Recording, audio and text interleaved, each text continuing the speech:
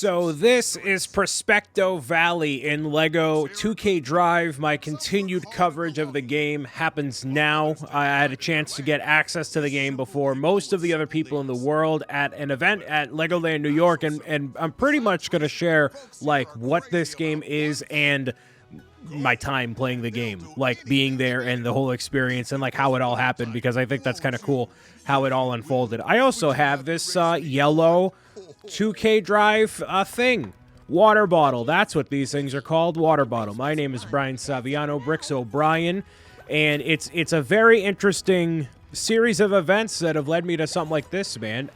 This was part of like an event that I got flown out to, so full transparency there. They were like, hey, we like your stuff enough. We want to fly you here to experience this game for yourself. And I had mentioned before that I went to an event in San Francisco and also got some hands-on time with the game at their headquarters. So fully open on all of that stuff. Like, I'm not used to like needing to say, hey, you know, the developers of the game recognize what I do, and we're like, hey, this is cool. Or more so the media team, I guess, not the developers. They were busy working on the game, right? So my experience with Lego and all that has been very storied.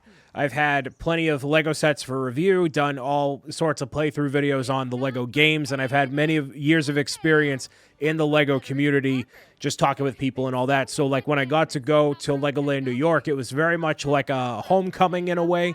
Like, people were there that I knew for many years, people that were on Lego Masters, a lot of people internationally that I didn't even speak the same language as them, but managed to sit in the same room, compete against each other, and have a good time. So it all really happened here. And by the way, this is me going through story mode real quick. Sidebar, this is story mode. This is the third area that you gain access to, Prospecto Valley, and I'm essentially going through the first, like, 25 minutes here. I've recorded a bunch of footage, but that person looks like they're drowning. I'll just share with you what the story mode is, which is essentially going through the open world at your pace, but then getting yourself involved in different cups and races and mini games and stuff as you're going on, seeking flags and leveling up as you make your way through each of the open world areas. I also love how blue this water is. Like having the different times of day certainly helps, and you can see just how crystal blue that water is. It's beautiful how the graphics of this game look. I'm obviously playing on PlayStation 5, and also full transparency from what I was told or semi-overheard, that the PlayStation 5 models we were playing on were not general PS5 models. They were like industry models. So like, I don't know what that necessarily means. Like, I know when they're demoing games and playing them and getting them suited for releasing publicly, they don't have like, I mean, they have PlayStation 5 consoles like you buy at Walmart or Target or whatever, but these ones are provided by PlayStation, so that way they can test out the games and stuff. So I don't know what that means, if it means it performs any differently from how you're going to experience it on PlayStation 5 or me with mine that I have back here. So just so you know what the situation is here. I am assuming it's going to look the same. So if the water looks this good as when you download it on PS5 at home, fantastic. Obviously, it's not going to look anywhere near this good on Nintendo Switch. I've also heard there's a lot of stuff they have told me, haven't told me, and whatever. All of this, it's very whatever. The Nintendo Switch version of the game is not going to have a cartridge in it. From what I've heard, they haven't told me that. But it's just going to have a download code, because as you can probably tell, this game is pretty big and obviously looks amazing. So all that being handled on Nintendo Switch is going to be a whole thing. But what's interesting about these events that I've heard but also haven't experienced up until now, that a lot of the experience is based around getting you, obviously, to like the game, get engaged with the people that are there, networking, and all that stuff, right? Obviously, I'm not playing the game, by the way. But there wasn't as much of a focus on like asking questions about the game and what was actually happening. And I would have preferred to ask more questions regarding like, hey, is it coming on a Nintendo Switch? What does that look like? How does it look different compared to all that? So yeah, it's all very, I don't want to say weird. It's a privileged position for sure to get to go to an event and experience these sort of things. And being the only Lego gaming guy that was really there was also a unique position for me. A lot of the other creators were Lego influencers, I guess. I'm just going to, by the way, talk through all of these sequences here just because you can get to see these when I do my full playthrough. This is a bit of an in-depth situation here. These cutscenes are pretty cool. They look like they're obviously stop motion. They're not. It's just CGI, kind of like the Lego movie. They slow it down and all that for the sake of making it look like it's stop motion. But a lot of people there were not even Lego fans when they first walked through the door of Legoland New York to see what this was all about. So I have been the person who doesn't build creatively like my own custom creations and whatnot. I am a video game guy, obviously Lego and Nintendo and all that. So I got a really unique perspective on this event and how they kind of do things. So I ended up flying to Legoland New York. We had a couple days between the whole entire trip to just kind of do whatever. The main day, though, was getting to play this game. They gave us 6 hours total time between some activities they had planned, along with having a tournament, which I actually cover in a separate video. I show the tournament itself, not the footage of the people around me, but at least what the gameplay itself was like, which is my focus here right now. And then we also got to walk around Legoland without anybody being there, which is also super privileged to do. It was on a day where otherwise people wouldn't normally be there. So they had not opened the park necessarily, but they allowed us to go on certain rides and experience a few things here and there in between getting to do all things pertaining to the game. So people got to record footage in this one giant play area with those custom developer PlayStation 5s, I guess. They look like normal PS5s. They behave like normal PS5s, but there was that. And snacks and all that stuff. It's actually kind of cool. So if you're ever in a position where you get to go out and experience a game event like this, it's pretty sweet. There's unfortunately nothing to do around Legoland, by the way. As you're watching me bounce and peruse around the hills here, there is nothing to do near Legoland. Like they built this Legoland park in the middle of nowhere, upper state New York, about an hour and a half from the city. And there is nothing for you to do there besides go to Legoland. So, like, if you're looking to party and do any of that stuff, it's certainly not going to happen. I accidentally went across the bridge here, and I'm like, wait, I'm supposed to get this nugget across here? How am I doing that? So each of these items kind of feels like foam in a way. And you got to take it from one place to another in as quick of a time period as you can. So there's, like, cool things like this, right? Obviously, the main thing that you're going to probably compare it to is Lego Racers on the Nintendo 64, and it's obviously very different from that, as I totally botched that right there. That's great. The really cool thing, too, is that you can also restart really easily, so you can actually see it right above my head right here. The restart and abandon buttons, so if you're getting, like, frustrated and you're just over it, you can abandon the challenge or restart really quickly. So I don't know how that necessarily works for, again, on Nintendo Switch, but that could easily be a thing that takes a little bit more time, especially when loading everything in. The thing that I really like doing, and as you're seeing in the gameplay, is like bunny hopping across everywhere. So instead of it just being tied to the ground, like I think they did like the Forza Horizon collaboration, they did that. Instead of it being like you're just on the ground, you can actually like get some verticality and explore the worlds in like a different way, which is pretty sweet. So I really like doing that. And having that sense of control is definitely there. I didn't get a chance to customize anything here. That's obviously a main aspect of LEGO 2K Drive, is like getting to customize your vehicle as much as you'd like to. But I didn't bother with it because I didn't want to customize a car for an hour and a half, and then I don't get to carry it with me into my save here, which is obviously a me issue because I am getting the game early or have access here, but when you're playing, you can save your game and do whatever else you want to. So it works out nicely in that way. I try this for a little bit of time here by Lander C. This thing, like, you know, it could take you any amount of time you really wanted to, and you kind of get a different result every time when you're going through these. So, like, you know, the geysers kind of pop off at a different rate, and you land a certain specific different way. So it makes it nice that there's variety, you know? Even if you're completing the same challenges in the same way over and over again, you kind of get a different result in that sense. And there's a lot of these challenges that happen over the course of the game, and I only got to a small amount of them in the limited time that I had. A lot of it was like talking to people, and I was actually watching Nick, who had won Lego Masters Season 3. I feel like you might know who I mean when I say Nick, but in case you don't, my friend Brick and Nick, he was making custom cars that people had suggested to him across social. So people were like, hey, you should build a giraffe floaty that you can make into a boat, which is super cool. And they have the ability for you to change what your boat, your car, and your ATV look like in 3 different ways. So you can have one loadout with 3 different customized things for you to use in the game, which is pretty sweet. So this is like me chasing after, like, obviously Smuggling Sally here, just launching some rockets out onto him. So I feel like this is also where, like, I kind of know what I'm doing.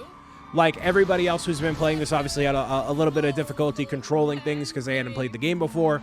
And I feel like I'm making a lot of this look really simple and easy, but it's definitely not the case. Like, you're going to have a little bit of time to work with each of these challenges and make the best of them here. A high-speed chase for me looks fairly easy. And yeah, you get to see me level up. Look at that. So now I'm up to level 8, and I believe to qualify for the Sky Championship, I needed to get to level 10, which I don't believe I do. I think I got distracted doing a bunch of other stuff at the event, but yeah, that's essentially how it works. And I really like that you can do stuff like this. So you saw me, like, go up the mountain right there, like, not being forced on the road. You can jump up and just get to where you need to go without needing to, like, use the roads. That's, like, a great aspect because, like, you can just cut across stuff.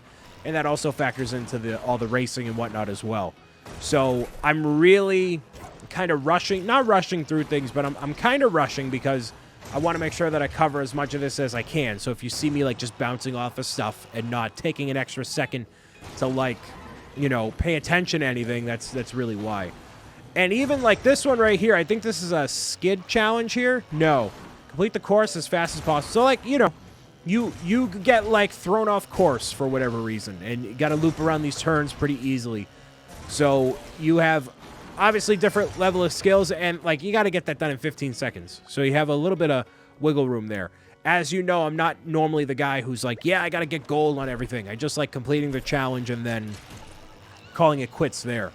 So it takes 650 points to get to the next level, and in each challenge you defeat, you either get a couple of those bucks that you see up there, you get the battery cells, like, they have a couple different currencies for how things are, which I am not typically used to in the games that I play. I normally don't play games that have, like, you know, 5 different currencies and stuff, but that's typically reserved for, like, a lot of mobile games. They have that. So they want to make it so you have different ways to unlock a whole bunch of different stuff, but one of the key things that people have been asking me about when I've talked about Lego 2K Drive is something that they implement to the other games that 2K does, which is the microtransactions. So I got a chance to look at them ever so slightly. They didn't have, like, how much everything costs, but you can buy coins and bucks and stuff to expedite your, not your progress, but your ability to unlock characters, I guess. So, like, there's different characters. Like, this is kind of cool. Sal the Stallion, great. You can unlock a whole bunch of different characters, cars. I'm curious if they allow parts. I don't really know if that's one of the things you can do. I'm sure the hardcore Lego people would certainly appreciate unlocking more parts to customize their cars and stuff. But yeah, again, never really been my area of expertise here. Here's an interesting thing I learned on this course specifically. So in previous courses, there's been these blue flowers that are on the sides that allow you to run through them and you get some power-ups, and rather you expedite by going faster. You get your boost filled up, like, immediately, right? So you saw me do that here, and I did that with the weeds, and unfortunately, it didn't work because those are weeds. Even though they look like the flowers right there, they're brown, those are the weeds. So going through them doesn't actually net you anything. So they actually slow you down. So make sure you don't run into those and stay on course with that stuff. This is an interesting ability here that kind of helps, kind of doesn't, depending on the situation. Obviously, the main comparison with this game is like Mario Kart in terms of power-ups, fun. You can compare anything to Mario Kart, basically. And that one is most comparable to the Boo that you get, where you turn invisible for a limited time. Don't get affected by anything, and it works out nicely. But when you're alone and nobody's near you, it doesn't really impact you all that much, right? But obviously, if I were right there, it would have worked out nicely to avoid that that crash. Or at least I believe it would have, at least. So you saw that there's spider webs looming on the course. If you happen to run into those, yes, you will need to tap the triangle button or whatever the top button is of the 4 on your console or controller. That's going to allow you to get free on it. You can either direct it at somebody directly, or you can go around to the course like that. You got to rock it. Something that I don't know if I got it on camera. I'm not sure. But there's one ability that really netted me a massive advantage at one point. Not during the competition, but I think it was in the prelude, the round before I ended up getting into the qualifying round. Oh, I got second place.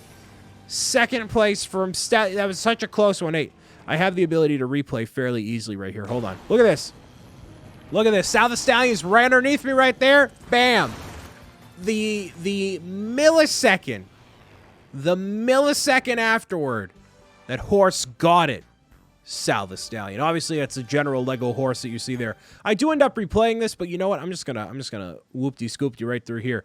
This ended up being like a lot quicker than I think people were realizing, or at least I was realizing. I thought it was going to be a lot more difficult to get through this race again, but no, it worked out really nicely. So maybe that's why, you know, they're aiming it, obviously, at younger players who don't want to get aggravated playing the same thing over and over again. So maybe they made it a bit more easy to play in that sense. There's a spider web there. There you go. That one messes you up. That messes you up big time, especially if you're like in a cluster of a couple people there. The mines are really cool. Oh, I got absolutely smashed by Salva Stallion on that one, but clearly it didn't matter. I still got first place anyways. Got the flag there. I get his car.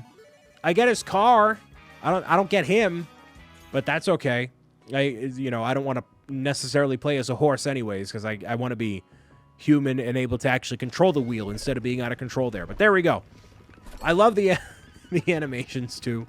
Like, they obviously want to maintain the Lego aesthetic here by having everything only have a certain range of movement. But with Sal the Stallion there and the other horses, you see like the back legs are going and the front leg, all that sort of stuff. So they have nice attention to detail throughout the entire game. So I guess we're competing up against or for a giant golden nugget. That's up in the top left-hand corner there. But instead of doing that, we're actually getting into a section that I was a big fan of and want to show you right here. So this is Gold Rush, but I can't get there quite yet because the story actually got in the way for a half second where I have to defeat a bunch of different enemies in a player versus experience situation. I've shown this a little bit before in previous videos, I think. But here, you see that there's like this Prospector Protector thing, right? So instead of it just being all about racing, there's a little mini games and whatnot. So right here, I have to it takes me a second to figure out what was going on because I skipped the tutorial, because obviously I did. But you have to like approach, run over the people, dude. You gotta approach people carefully while also destroying the robots, okay? You can't just willy-nilly run into them. You have to pause and you have to let them out there. So you have to save a certain amount of people, destroy enemies. You gain points either way, but you're going to gain more points by saving people than you are destroying each of the robots there. So give me about 145 seconds to do so. But what's really interesting here, which is why I like this game more than I thought I would, is you can't just run into them. You have to wait for the people to approach you. And as they're approaching you, all these little robots are trying to claw at your car, basically. So you really have to time what you're doing carefully here, right? Obviously, some people you're going to unfortunately run over. But you have to balance between destroying the enemies and saving the people. So luckily you can get all 5 at a time there. That's pretty cool. But then, yeah, if they take apart your car, then you're just done. You burst into flames and you waste a bunch of time that way. So make sure you keep that stuff in mind. I did end up noticing, like, this ghost train's pretty cool. It reminds me of the ghost train from Monster Fighters. But there's a power-up right on the very back right there that I miss. Ever so slightly miss. What's good also is that as you're restoring enemies, you should be rebuilding your car. No, I actually hit those people that rebuilt my car. Okay. Well, obviously hitting people is not very pro-gamer, so I wouldn't recommend that. But running into, like, the weeds and other trees, that's going to net you some extra parts to repair your stuff. So you can do that. If you end up getting hit by the ghost train, obviously it doesn't, like, destroy you, but it does kind of mess you up there. So not only are you getting points for destroying the enemies, saving people, but then also you get a bonus at the end, depending on I don't know what, but you at least get something. So that's cool. I wonder how many points I don't actually know how many points you get for destroying the most enemies. Don't quite know how that works. Do I get it here? Yep, I kind of do. Look at that. So that's a good way to clear out people real nicely here, especially if you're getting invaded upon, right? You can clear them out. Rush over to here. So it's good. It's a nice little balance between what you would anticipate and what you know there. Am I going to use this thing? I should be using this thing in 3. Yeah, there we go. So it eliminates all the enemies, but obviously not the people. I lose a bunch of stuff there, but that's okay. And yeah, you get 145 seconds to do all this. So it's good. Yeah, but your car absolutely annihilates once you run into the ghost train here. I was trying to squeeze in for one more person. Trying to squeeze in. Oh, and I tried to... Oh, okay, I tried to back up here, and it's not going to work. All right, well, hey, at least I got 26,000. Goal was 20,231 of the enemies done. Clutch Racington is proud of me, and I will not be banished to the Shadow Realm after this one. GG's, everybody. So, I got the Yeehaw Bot and the Chug Wagon. I don't know what that means, but more LEGO 2K Drive soon.